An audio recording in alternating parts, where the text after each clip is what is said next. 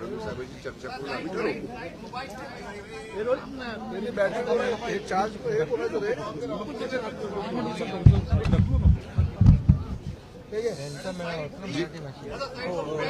महाराष्ट्र एकीकरण विरोधी पक्षनेत्यांनी विधान परिषदेमध्ये बेळगाव भागाला केंद्रशासित प्रदेश करावा अशी मागणी केली, त्यावरती तुम्ही निवेदन केलं, भूमिका मांडली शासनाची. खरं म्हणजे बेळगावमधील मराठी भाषिकांच्या बद्दल आणि सीमा कर्नाटक महाराष्ट्र सीमा प्रश्न जो आहे या बाबतीमध्ये शिवसेनेची भूमिका, बाळासाहेब हिंदुहृदय सम्राट बाळासाहेबांची भूमिका सुरुवातीपासून त्यांच्या बाजूची राहिली आहे आणि बेळगावमधील मराठी भाषिकांच्या मागे शिवसेना खंबीरपणे उभी आहे आणि सरकार देखील महाराष्ट्र सरकारने देखील एक मताने ठराव करून त्यांना पाठिंबा दिलेला आहे आणि बेळगाव संदर्भामध्ये माझी भूमिका देखील जिव्हाळ्याची आहे. कारण 1986 साली जे आंदोलन झालं त्यामध्ये देखील सीमा आंदोलनामध्ये मी बेळगावच्या तुरुंगात देखील होतो आणि त्यामुळे बेळगावच्या मराठी भाषिकांच्या बद्दल जे जिव्हाळ्याचे संबंध जे आहेत ते गेल्या अनेक वर्षापासूनचे आहेत आणि मी जेव्हा मुख्यमंत्री होतो त्यावेळेस देखील केंद्रीय गृहमंत्री अमित शाह साहेबांनी एक महाराष्ट्राचा मुख्यमंत्री आणि कर्नाटकचा मुख्यमंत्री यांची एक संयुक्त बैठक बोलवली होती आणि त्या बैठकीमध्ये देखील हे प्रकरण सर्वोच्च न्यायालयामध्ये न्यायप्रविष्ट असल्यामुळे या ठिकाणी मराठी भाषिकांवर कुठलाही अन्याय होऊ नये, अत्याचार होऊ नये अशा प्रकारची भूमिका कर्नाटक सरकारने घ्यावी अशा प्रकारच्या देखील स्पष्ट सूचना केंद्रीय गृहमंत्री अमित शाह साहेबांनी केल्या होत्या. आणि आज खरं म्हणजे दुर्दैवी प्रकार आहे, मराठी भाषिकांचा मेळावा महाराष्ट्र एकीकरण समितीने आयोजित केला होता आणि तो मेळावा होऊ नये याचा पुरेपूर प्रयत्न या ठिकाणी कर्नाटक सरकारने केला. कर्नाटक सरकारने एक दडपशाही केली आणि जे आंदोलनकर्ते होते ते माजी आमदार असतील, माजी महापौर असतील, अनेक लोक, शेकडो मराठी भाषिकांना वेगवेगळ्या तुरुंगामध्ये डांबण्याचं दुर्दैवी प्रकार त्या ठिकाणी केलेला आहे आणि म्हणून याचा मी जाहीर निषेध करतो, धिक्कार करतो. आणि आज वरिष्ठ सभागृहात विधान परिषदेमध्ये देखील सरकारची भूमिका आणि शिवसेना पक्षाची भूमिका मी मांडली. मुख्यमंत्री महोदयांनी देखील सरकारची भूमिका मांडलेली आहे. त्यामुळे सरकारची भूमिका एकच आहे की कर्नाटकमधील मराठी भाषिकांच्या पाठीशी महाराष्ट्रातली 12.5 कोटी जनता पूर्णपणे खंबीरपणे उभी आहे आणि जे सर्वोच्च न्यायालयामध्ये प्रकरण सुरू आहे यासाठी देखील महाराष्ट्र सरकारच्या वतीने अनेक तज्ज्ञ वकिलांची फौज काम करते आहे आणि आणखी जे जे काही करावं लागेल ते आपण करू. त्याचबरोबर सीमावर्ती भागामध्ये देखील अनेक शैक्षणिक संस्था आहेत, त्यांना मुख्यमंत्री निधीतून अनुदान देखील आपण दिलं. त्याचबरोबर मुख्यमंत्री सहायता निधीमधून देखील आपण त्या भागातल्या लोकांना सुविधा उपलब्ध करून दिली जेणेकरून मराठी भाषिकांना न्याय मिळेल आणि म्हणून मराठी भाषिकांच्या मागे पूर्णपणे महाराष्ट्र खंबीरपणे उभा आहे. त्याचबरोबर एक दुसरा प्रकार मुख्यमंत्री महोदयांनी सांगितलं की त्यांच्या सभागृहामध्ये स्वातंत्र्यवीर सावरकरांची प्रतिमा जी आहे ही काढण्याच्या बद्दल प्रयत्न सुरू आहे.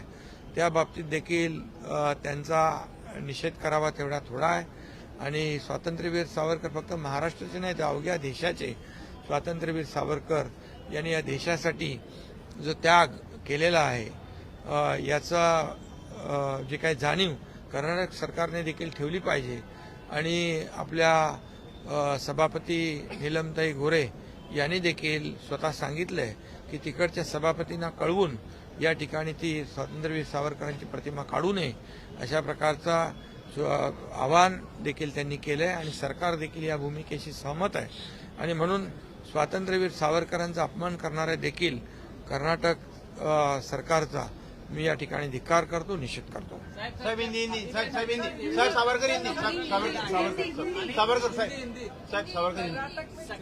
कर्नाटक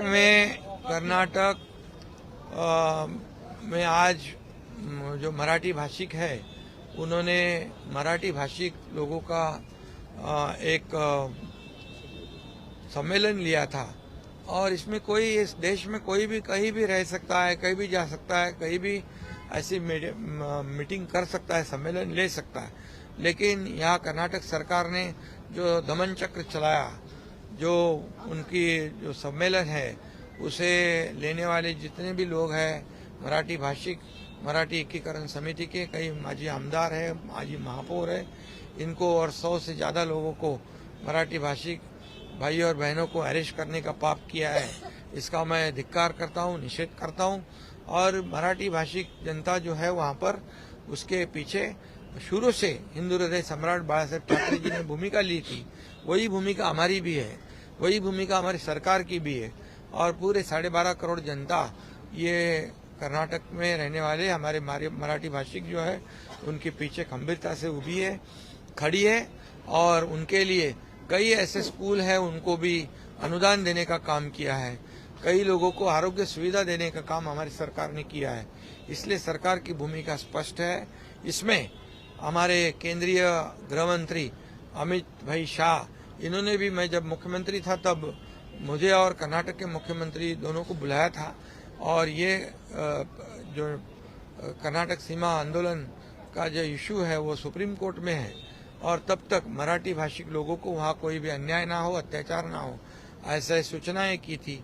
लेकिन आज यहाँ पर अन्याय अत्याचार की भूमिका कर्नाटक सरकार ने ली हुई है, उसका जाहिर धिक्कार मैं करता हूँ। और यहाँ पर और एक बात सामने आई कि स्वतंत्र वीर सावरकर, जिन्होंने पूरे देश के लिए त्याग और जो योगदान दिया है, इसके प्रति सम्मान रखना चाहिए, बल्कि उनकी प्रतिमा को हटाने की कोशिश जो कर रहे हैं उसका भी मैं धिक्कार करता हूँ, निषेध करता हूँ।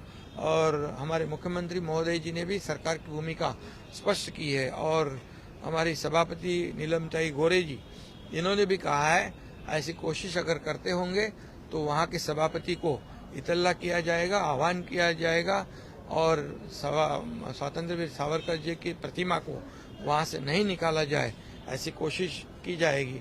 हमारी भूमिका स्पष्ट है और इसलिए ऐसा दमन चक्र जो है ये करने वाली कर्नाटक सरकार को पूरी तरह ये महाराष्ट्र की जनता और वहाँ की जनता सबक सिखाएगी। सरकारचे 2 माजी मंत्री वॉकआउट किया, लेकिन एनसीपी और कांग्रेस वाले अंदर बैठे रहे। कर्नाटक में कांग्रेस की सरकार है, क्या आपको लगता है महाविकास आघाड़ी में अनबन है? महाविकास आघाड़ी के सरकार जो हमारी पूरी सरकार ने तो एक मत से ठहराव किया था कि कर्नाटक के जो हमारे मराठी भाषिक है उनके साथ रहने का। तो आज क्या दोगली भूमिका उन्होंने अपनाई है, या मैं ये भी कहूँगा कि अध्यक्ष पद के चुनाव में सभी लोगों ने सहयोग देना चाहिए। अभी कई लोग वॉकआउट कई लोगों ने किया है, ये तो सही माने में जनता ने जिनको सबक सिखाई है, अभी उन्होंने कामकाज में भाग लेना चाहिए। अभी तो महाराष्ट्र की जनता ने जो काम करने वाली सरकार के साथ पूरी तरह लैंडस्लाइड विक्ट्री दी है और इसकी सबक लेनी चाहिए विरोधी पक्ष ने। और मैंने भी आज सदन में कहा है कि अभी हम सत्ताधारी और विपक्ष साथ में मिलकर आगे बढ़ते हैं, इस राज्य की जनता को न्याय देते हैं, इस राज्य का विकास करते हैं। ये राज्य का विकास किया है, ये राज्य के जनता के लिए कल्याणकारी योजनाएं की, इसी का प्रतिबिंब जो है ये चुनाव में हमने देखा है। लाडली बहना हो, लाडले भाई हो, लाडले किसान हो, सभी लोगों ने एक मुश्त होकर, एकजुट होकर यहाँ पर महायुति सरकार को जिताया है। यही पेट दर्द उनके दिल में, यही दुख है। तणावदर्शक वातावरण, सर तणावदर्शक वातावरण। शिंदे साहब, बीजेपी ने उद्धव जी से सवाल पूछा है कि क्या वो सावरकर के अपमान पर चुप बैठेंगे या अभी इससे पहले सावरकर जी के अपमान के बारे में चुप्पी साधे बैठे, इसलिए तो हमें तो नई सरकार गठित करनी पड़ी। और इसलिए मैं इतना ही कहूँगा, सभी लोगों ने कर्नाटक के सरकार ये विषय पे सभी लोगों ने एकजुट होकर कर्नाटक में रहने वाले हमारे मराठी भाषिक जो है उनका साथ देना चाहिए।